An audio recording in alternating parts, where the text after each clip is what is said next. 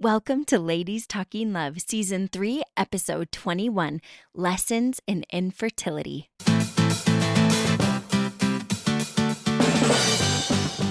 It's Ladies Talking Love, a community of women uncovering more joy and fulfillment in sex as we learn from experts and amazing women like you. Together, let's create a world where women's sexuality is celebrated and understood, beginning with our own. I'm your host, Ariel Finlinson. Let's talk love. It has been a minute since we've had a Roundtable episode, and I'm so excited for you to get to hear some of the lessons that Laura and Sharon share from their experiences of infertility. And Sharon and Laura have such different experiences, but so many similar lessons come out of their experiences. This is an important episode if you struggle with infertility, that you can know you're not alone and you can be seen in your journey. And also, if you don't struggle with infertility, I think that this episode will be so helpful in allowing you to understand more of what that journey can be like and some of the struggles that people face, and so that you're more equipped to know how to support and give empathy and still be a good friend through their journey. I love having Sharon on. She is a mother of 4 children, 2 biological and 2 adopted, and Laura, who was able to foster and had the chance to adopt a young son, but through their journey of prayer and fasting, they came to the decision that they weren't going to be able to adopt him. And that was heartbreaking and so hard for Laura. But I loved that she was able to share her experience and also Sharon's experience, that they're so different, but we can learn so much from the journeys of both of these fantastic women. But without further ado, let's talk love.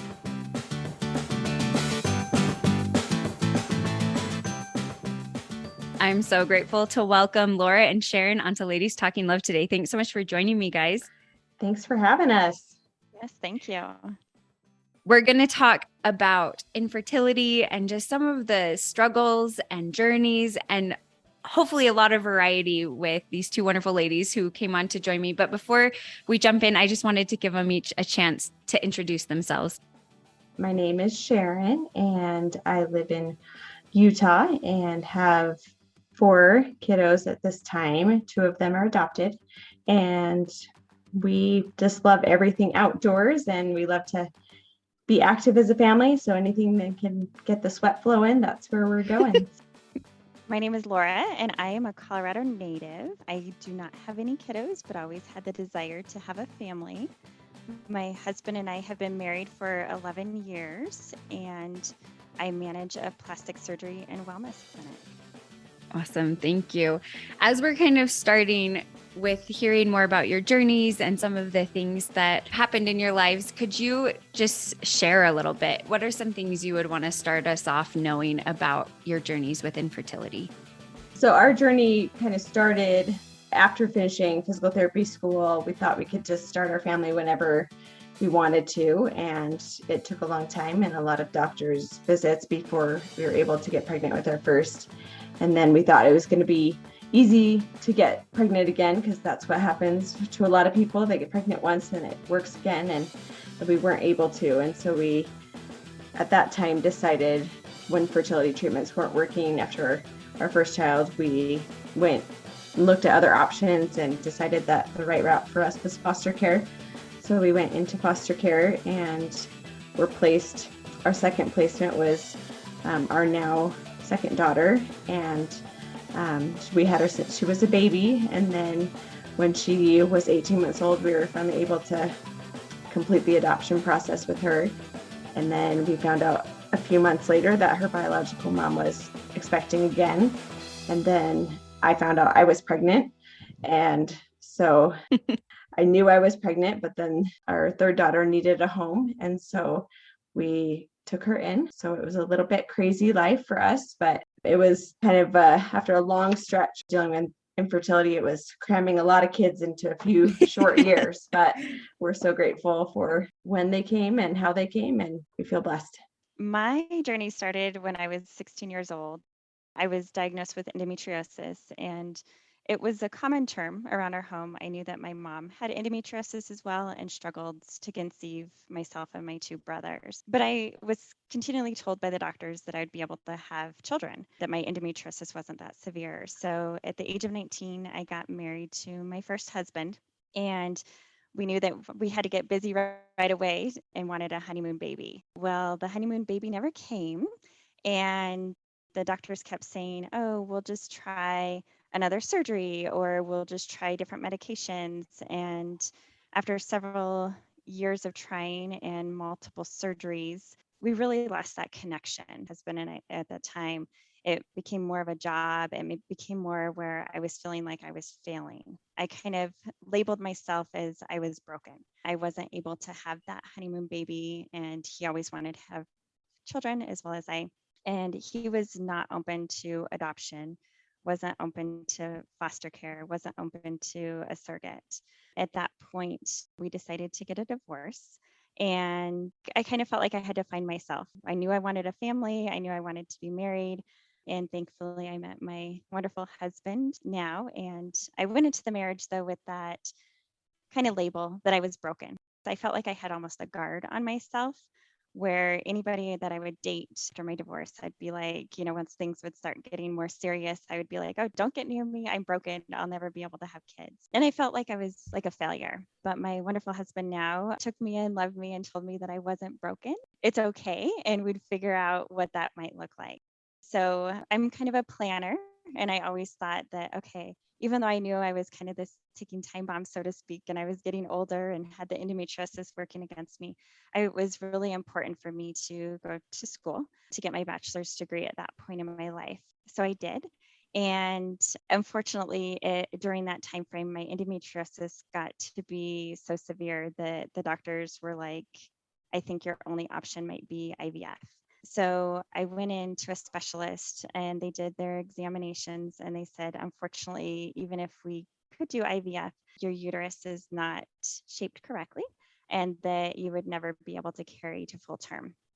So at that point, we decided to do private infant adoption. Tried that for 2 years. And I kind of felt like I had the stigma again where I put myself out there multiple times for these moms to kind of select me to say, hey, here's my book, show my book. And I was continually turned down where I wasn't, so to speak, good enough for their child, which I get. It's a tough road. And I was on kind of the flip side when I was married the first time, where my sister-in-law actually placed a son up for adoption. And I was part of that journey kind of from a mother's perspective.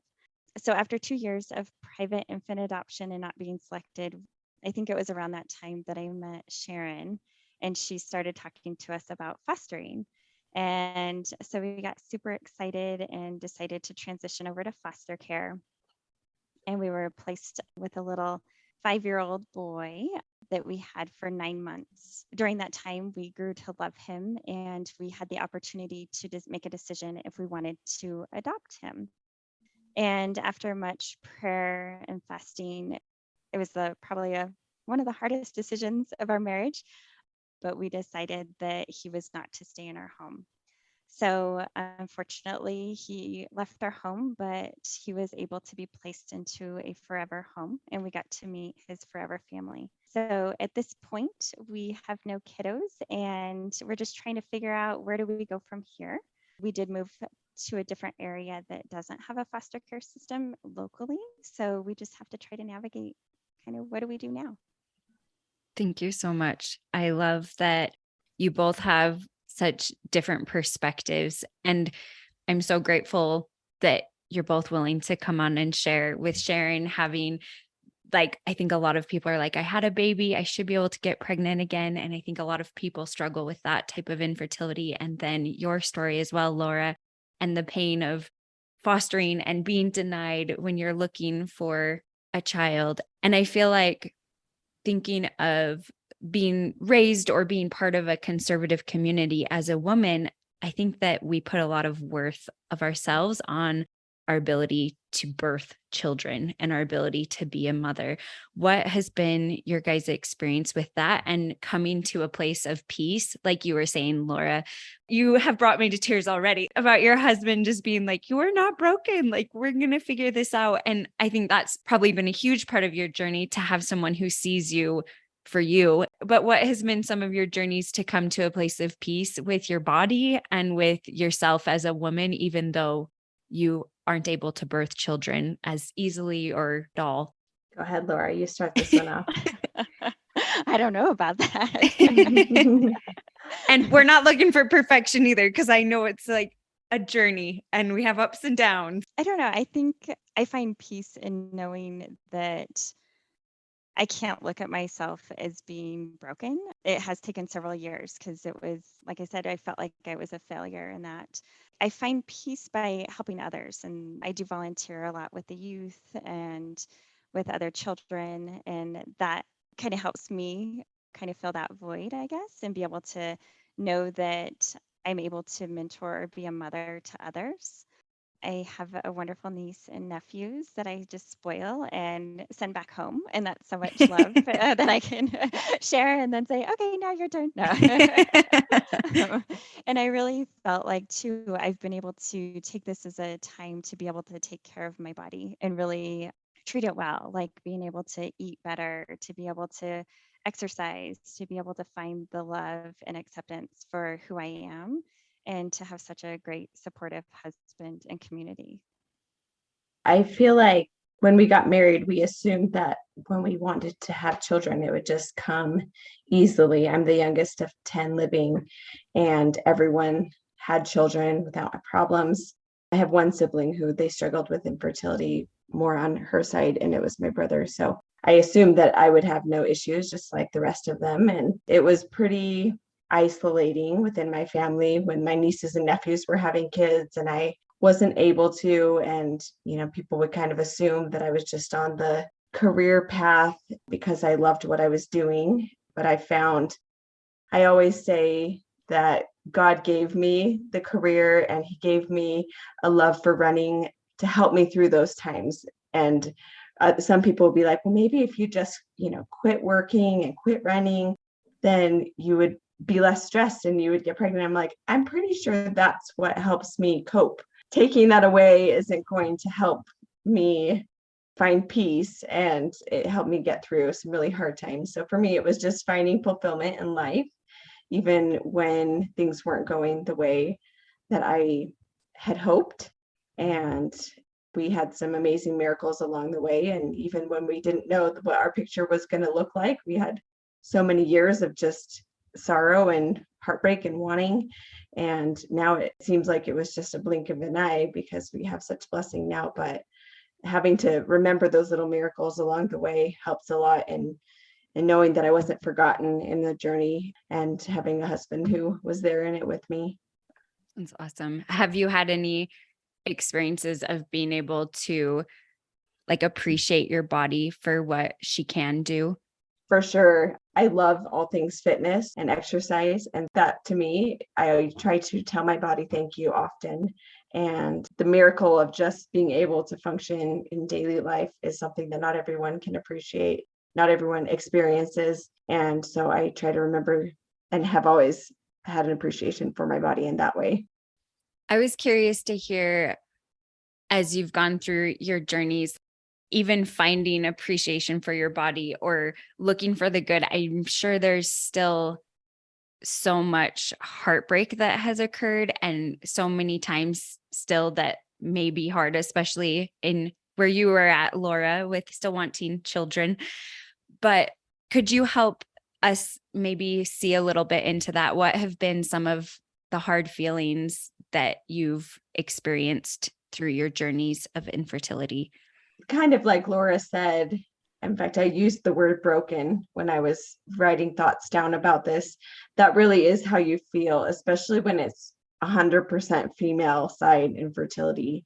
You feel like you came into this relationship and, I didn't know I was going to struggle. My husband didn't sign up for this. And it was hard to feel like the weak link.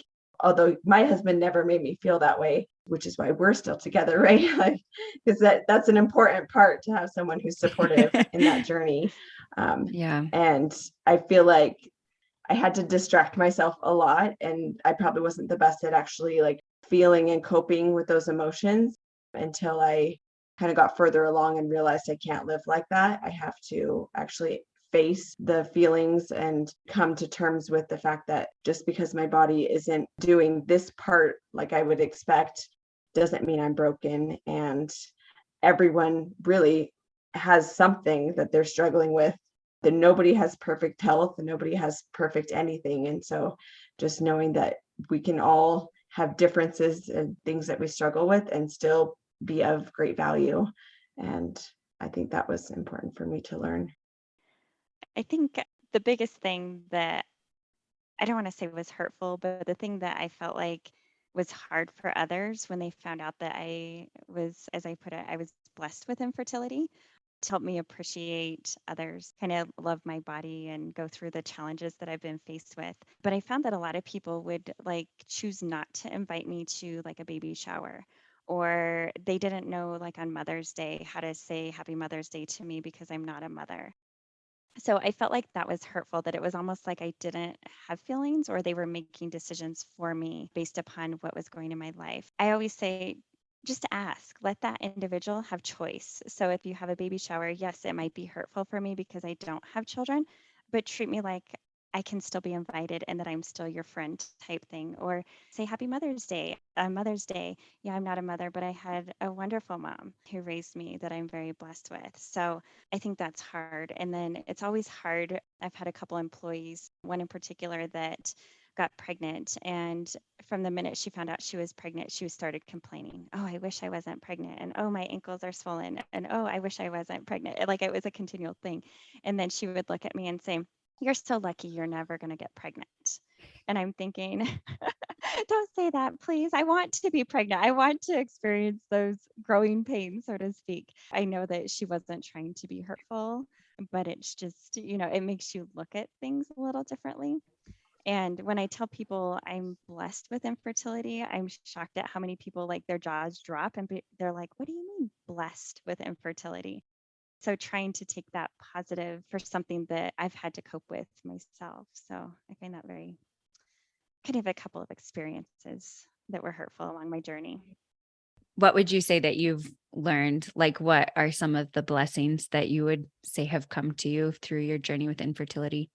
I think kind of just learning to love myself, going through that trial with my first husband and that feeling of being broken, and then being able to realize that even though I'm not able to have my own children, that I am blessed that I can walk and I'm blessed with good health. I mean, endometriosis can definitely be debilitating. I know of another friend that a lot of times with her endometriosis, she can't even get out of bed because of the severe pain. And I have been in a situation like that, but I'm not in that situation any longer. I still have endometriosis, but I am blessed to have that good health as well. What would you say, Sharon? Have you found any blessings that you have learned through your journey with infertility? Yes, I actually wrote down one time a letter to infertility, because there was somebody who had written a letter to her cancer, and I was inspired by that. And this was when we were struggling with it, going through after our first biological child had been born, going through the adoption process, and I was still struggling with infertility in that route, and before my youngest was born.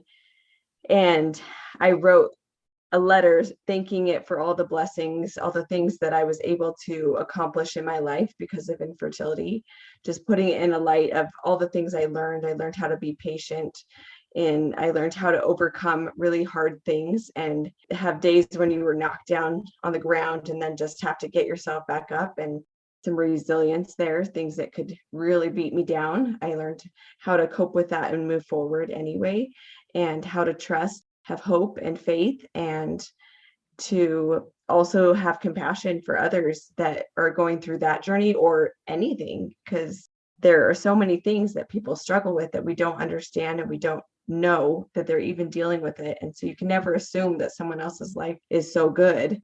because everyone has something that they're dealing with. So I think those things came along because of the journey that it took for our family to grow.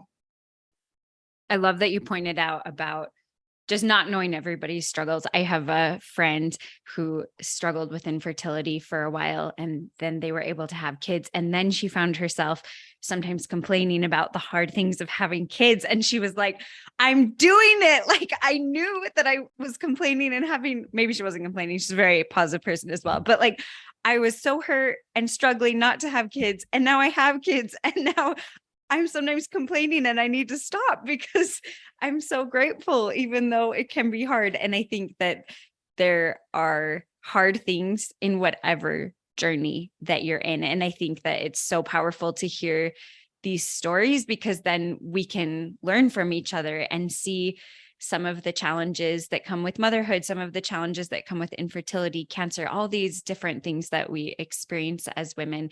And you mentioned, Laura, some of the hurtful things that people might say or do. I'd love to hear that from both of you. Were there hurtful things that people would say? And I just love to hear some examples of that because I know for me, sometimes being an outsider to a trial someone's experiencing, sometimes I may say things that I don't mean to be hard, but it can come up hard. And I know it's different for everyone, but I just love to hear some of your thoughts on what have been some of the hard things people have said or done. I don't think that anyone has ever said anything intentionally hurtful in our journey, but there are things that definitely come across painful. And one of the things that stick out most is I remember my husband and I planning a trip or something. It wasn't even anything big. We're not big travelers or anything, but it was just something. And someone saying, "Oh, yeah, because you guys are dinks." And I was like, "What is a dink?" They said, "Oh, double income, no kids."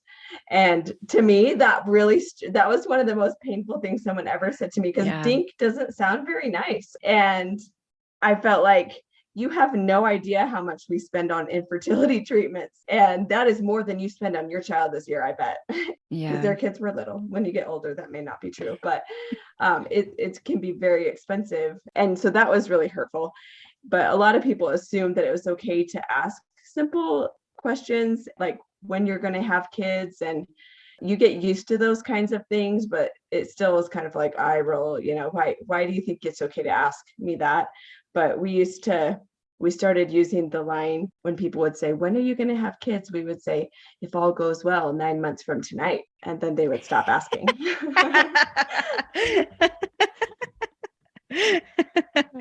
I'll have to remember that one because I get asked that. I just got asked that yesterday. Oh my. I now say I'm just an old lady.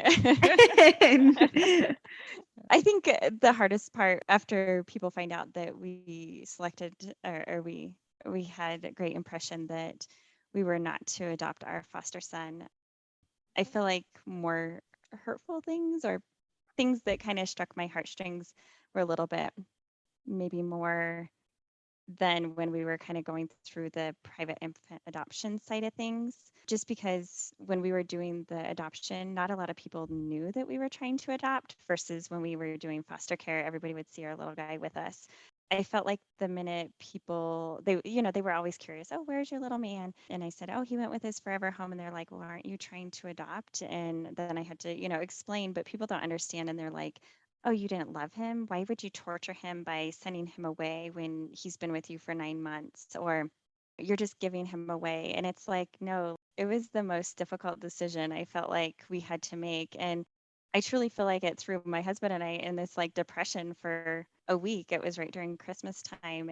Our little man was so happy to go to his forever home, but people don't always understand that. The other thing kind of that was hard, and it wasn't necessarily what an individual would say, but throughout all my treatments and surgeries and doctor's appointments, I had a couple different doctors tell me that I was crazy. "We don't know what's going on with you.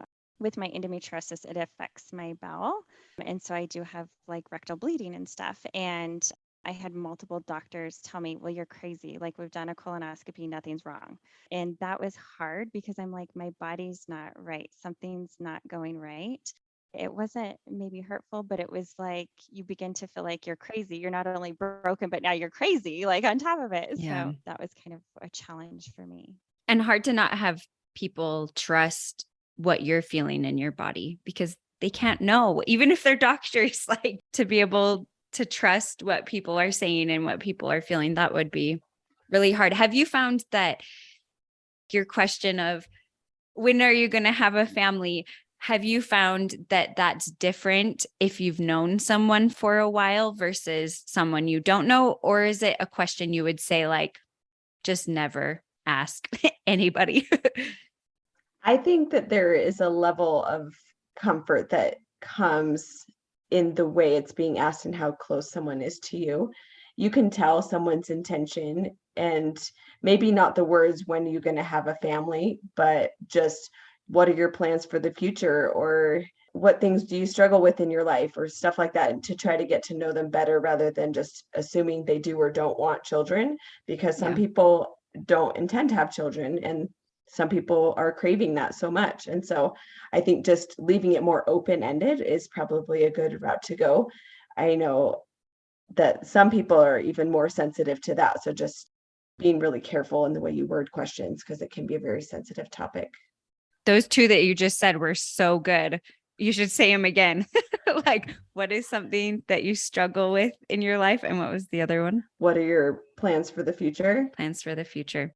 Those are good. Because, yeah, as I've gotten to know some of my friends, if they don't have kids, I feel like as I get closer, it's like, oh, I'd love to know your story. But sometimes I don't know how to ask this. And maybe it's not appropriate yet, but you want to understand people as you get to know them. So I was curious on your thoughts. Would you add anything to that, Laura? I think Sharon said it great. So good job. And I was curious on the flip side, like what have been some things that people have done that were helpful or helped you to feel seen and understood in your challenges and struggles with infertility? People asking questions. I know we were just talking about what are some things that are appropriate, but those that do know kind of the behind the scenes sort of trials that everyone has, like staying connected, treating me like I am a person instead of just, oh, she, doesn't have kids, I can't invite her to go do this. So just kind of that including. It was helpful for us to get connected with different like foster groups or adoption groups, because then you can find that common thread, that supportive community friendship with the others. I think just checking in, like even just a simple text has been helpful, just checking in to see how your day's going. It has nothing necessarily to do with the journey or the trial, but just showing that somebody cares. Just thinking about you. I think appreciating who the person is and feeling appreciated for who I was rather than what I wasn't was always refreshing. I also feel like there was a little bit of responsibility on me, which is okay. And I think Laura does this beautifully, of still including yourself in things. A lot of people want to take offense or want to isolate themselves when they're dealing with infertility, and that's not going to be helpful for you, and it's not going to be helpful in helping other people understand what you're going through. I remember going to a play group when I was struggling with infertility because I was in a new area and I just wanted to meet other women. And so I went and hung out with them and their children. And I think that surprised some people, but they kind of came around to that being okay. And it helped me get to know people. And I know Laura's always stepping it up and helping people in their lives and not letting that be a label that keeps her away from things. But I think that people that are willing to listen is the most important thing. But then we also have to be willing to talk to make that work too. Yeah. And I think it comes with a feeling of feeling seen and heard, I would assume. Because with other things in my life, like if I feel seen and heard, I'm more willing to share. And so I feel like the people asking the questions really wanting to understand you and see you, and then you being willing to share. And I feel like that's how deep relationships are made. And that's how we connect on a deeper level with people. And so I think this is so relatable too, to so many topics. I'm so glad we're talking about this because I think a lot of us shy away from vulnerability and shy away from understanding people's struggles because it opens up parts of us that are hard, but that's where the deep connection comes in, and included in friendships and in your partnered relationships as well, in your marriages. I wanted to hear first from both of you. And I love that we have these different perspectives with your journeys, but how did infertility affect your relationships with your husbands? When I first started going to doctors, I would go to all the appointments by myself, and it felt like it was my problem I was dealing with. And my husband was a shoulder to cry on for me, but it didn't feel like he was really as vested into the journey as I was. And I had been through, I think it was our fourth doctor that I was going to. And the first appointment, the nurse turns to me and says, "Where's your husband?"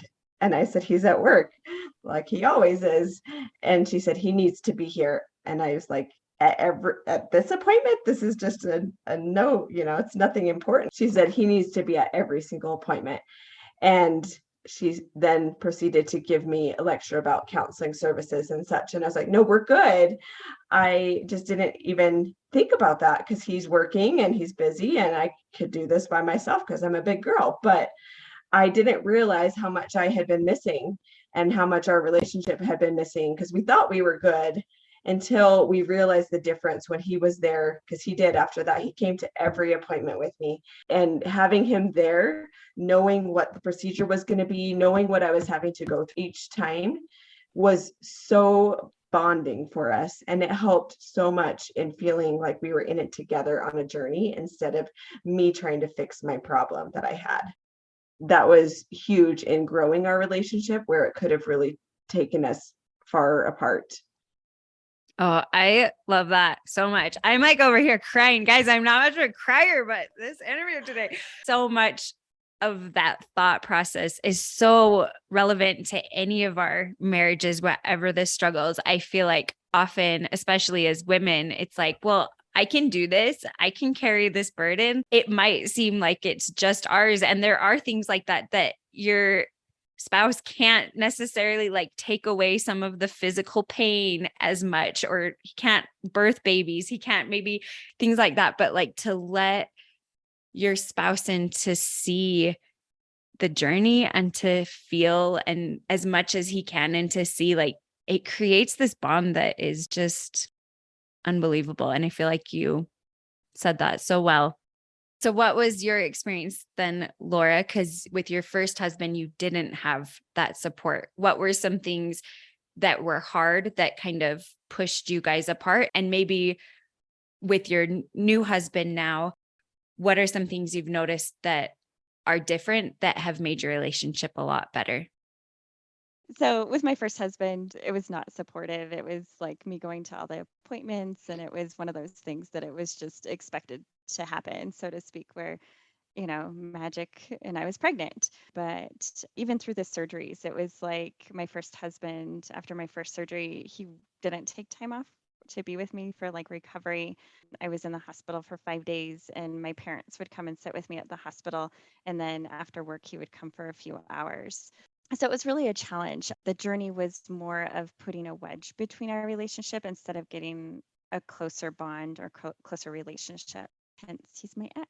But, but now with my new husband, it was one of those things where he's been with me by my side, even though I came into the relationship feeling broken. He's like, at the beginning, he's like, no doctor has told you that you can't conceive. So he was like, let's just start there since you really want a child. And so he came with me to meet with a specialist to see if IVF was even an option. And when the doctor basically told me that I've got too many things working against me and that it was not safe for me or the baby, and it would probably not be able to carry a child full term, he was right there. He was that shoulder to cry on. He was that support. And he's like, we're not giving up. He's like, we want to have children. Okay, where do we go from here? And then in the adoption process, feeling like I'm continually being rejected, so to speak, when these birth moms were not selecting us. It was, stressful, but we took that as an opportunity to say, you know what, it's okay. And we drew closer together, had more communication, tried to go out. And even though it's just the two of us, we tried to make that time for us to step away, leave the phones behind, go on a date, and just have those fun times together. And then jumping into foster care, that was also a real strain on our relationship. First thing, our poor little man, came to us, and probably in his 5 years of being alive, he probably witnessed more things than I will ever experience in my life. He had experienced all abuses. And that was really a trial because, you talk about parenting, but until you're faced with that situation, it's like, oh, wait a second, this child needs an owner's manual or something. We don't know how to And you didn't parent even them. have time to grow with them. Like that's a whole different ballgame getting a 5-year-old. Yes. And so that at first was very challenging on our relationship. And it went from all of a sudden we had several years of marriage where it was just he and I. And now all of a sudden it's like our world is revolving around schedules for doctor's appointments. And now we've got school activities or we've got different things. And so it was no longer us. I felt like it was we're now involving this little man, which was great experience. We loved every minute of it and with the trials and everything, but it did make it a little harder. But we said we really grew together more going through that. How did you do that though? Because it was hard, but what things did you do to then make it a positive experience? I think the biggest thing is just finding that time to connect. Like we'd attempt to get him to bed because the poor little man was up 6 times a night. And so we'd get him to bed and then it would be like our time to talk or snuggle or hold hands even when we were at the park or different things like that to try to build those connections while still being in a hard time. As you went through your journey of infertility, I think that could affect your sex life so much.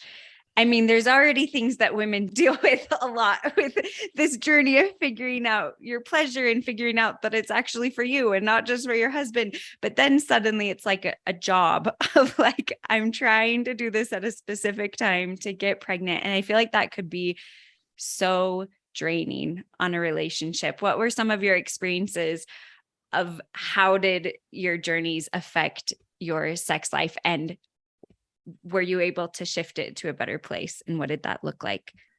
Yes, that was definitely a challenge because there is something very unromantic about being told by the doctor when you need to have sex. And especially before my husband started coming to the appointments with me and he didn't really understand the urgency of this date or that date, I felt like I was begging to have sex, which is not a normal thing for me prior to that. And it didn't feel good or fun or exciting. It felt like a burden. And that if I wasn't going to get pregnant, what was the point of having sex? And that I had to kind of reframe. And once my husband came on board to the doctor's appointments, we did a lot better at trying to bond in other ways and at different times of the month that we weren't so focused on that, to remember that we could have sex for fun and that it wasn't all about just having a baby. But even so, when there was that window of time, we started trying to do more fun with that, but it was very challenging. That'd be so hard. Yeah. It already can be hard. And especially at the beginning when, like, if you're not on the same page, I feel like it can be hard anyway, but it can be hard if they haven't been in an appointment or really understand to even, for me, I'm like, I thought I explained this well enough, but apparently not. Like lots of misunderstandings. And what about for you, Laura? It was similar to Sharon's experience with my first husband, because we were trying hard and there was that window of opportunity and it was like I had just had a surgery, and so then they really ramped up my medications to try to get me to ovulate on my own. That was super stressful. I felt like I was just checking a box. It's like, okay, just check a box. It's a thing to do that I have to do, and there was no connection at that point. Since then, unfortunately, with my endometriosis kind of progressing in the stages, it wasn't necessarily the stress or the chore of having sex, but it was more, now how do we handle the pain? Because with the endometriosis, there comes a lot of pain with intercourse as well as a lot of bleeding. I would basically have a period for 27 days out of a month. And so you don't feel sexy, you don't feel attractive, you don't want to, like, it's almost, I don't want to say embarrassing because periods are part of life, but you're like, he doesn't want to, even touch me because I'm bleeding, type feeling. Or At one point with one of my images, when they did an ultrasound, they said that the uterine lining was as if I was 7 months pregnant. So that doesn't make you feel very sexy either when you're like experience all this other stuff that's going on with the endometriosis. So it definitely affected the sex life because you were in pain, and he would, we'd make love, and then it would be, instead of cuddling afterwards, I was either passed out in pain or in the fetal position just in pain. And it got to the point where he didn't want to even make love to me because he didn't want to cause that pain. And so then it took a little bit of playing around to figure out what's a good position, what's a good time to do it. Okay, if I'm spotting less or bleeding less, then you feel a little bit more attractive or feel like you can get intimate with my husband to be able to make those times valuable. And we really had to find other ways to kind of fill that connection of love until we were all on the same page and what was okay and how to figure out positions and that sort of thing. So we did rely on like cuddling or, making out like we're back in high school again or We holding all need to hands. do that. Because you have to do those things when you just like are in so much pain, but you want to feel that connection and love from your husband. Yeah. And I think too, like, this is something I try to preach a lot, but so many of us as women too, we're like, intercourse is sex. And it's like, we need to expand our definition, especially in these types of situations and all situations, but like, what works for us? What helps us feel close? What feels good? What's going to be bonding versus just like intercourse is what it is. So I guess we have to do that, and I feel like that's limited us so much as women, and especially in these situations where there is pain from endometriosis. We need to kind of look outside the box. And I love that you guys took time to explore a little more what is going to work for us. And I think all couples need to have that journey. I wish that women didn't have to go through so much pain sometimes to instigate it. We should be doing this from the beginning. But that's awesome that you guys have taken that time to really explore. So many women, it's just like, sex is painful, so that's fine. It's like, no, that's not okay. I'm so glad that you've worked through that. What are some things that you would tell to women who are struggling with infertility, to some tips that you would give them to help them foster the connection, fun, love through sex, through sexual activities, while they're also trying hard to get pregnant? I think intimacy starts way before the bedroom, and that is a huge part. Connect with your spouse or significant other in other ways outside of having sex. Learning that sex isn't only about getting pregnant is also a huge thing, and finding ways that are fun for you, whether that's, spicing it up with some new lingerie or turning on some music or finding a new place or whatever, just keeping it alive in other ways and taking away the burden of sex is only worth it if I can get pregnant. I agree. It kind of sounds strange, but I don't know if you've heard of the book, The Five Love Languages. I incorporate that not only with my team at work, but I've sat down many a times and done the little quizzes and read the book with my husband. I feel like it's super important to understand what their love language is so that you guys can kind of connect, like you said, Sharon, before you get to the bedroom. And being able to kind of utilize that to be able to draw closer to one another. I don't know, I always felt like with my first husband, it seemed like all we talked about was trying to conceive and what does that look like and talking about sex or planning that next time. And I felt like I really had to take time to say, you know what, today we're not going to talk about it between these hours, and really get to know that person or get to know myself or just let go and have fun. I think that that's important too. But I agree with the other key things that Sharon said with, spicing it up, whether it be lingerie or whether it be a different place or whatever that might look like for each individual. And what you said too, talking about like sex isn't just to get pregnant. There's so much more. And I think so much as women, we miss that and don't realize that for men and women, having sex in a healthy, thriving relationship, like, it makes it thrive. Without sex, I believe that a relationship can't thrive and can't be full and whole. But we focus so much sometimes on getting pregnant, or just it's our guy wants it. And so here we are. But I love that. Taking time to spice it up and taking time to focus on the connection outside the bedroom, because that's all going to lend to wanting to be more intimate physically, because you feel connected emotionally and spiritually and mentally and in all these other ways. As we're closing up, this has been so great. What would you say to women, some tips for them who are struggling with infertility, about ways to work through the hard emotions that come, to find peace with where you're at on your journey?